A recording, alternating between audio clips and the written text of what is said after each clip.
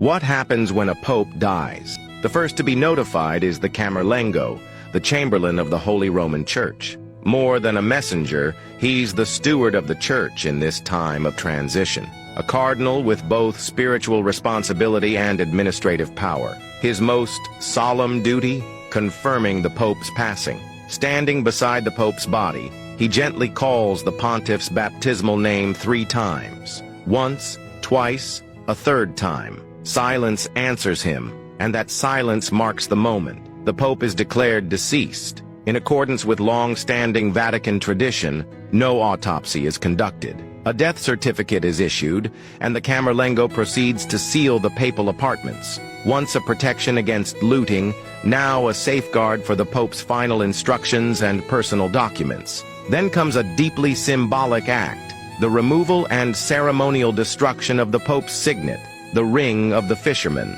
This ring, a mark of papal authority, is gently cut with shears in the presence of other cardinals. The gesture signifies the end of the Pope's earthly mission and prevents any misuse of his seal. Then the Dean of the College of Cardinals, who notifies the rest of the cardinals. The Holy See's ambassadors around the globe are contacted, followed by world leaders. Today, news spreads instantly, but the protocol remains out of deep respect. The Pope's funeral must take place between the 4th and 6th day after his death. However, the mourning and commemoration last for 9 days, a tradition known as Novem Diales, filled with prayers, masses, and remembrance. The Pope often leaves behind detailed instructions for how this farewell should unfold.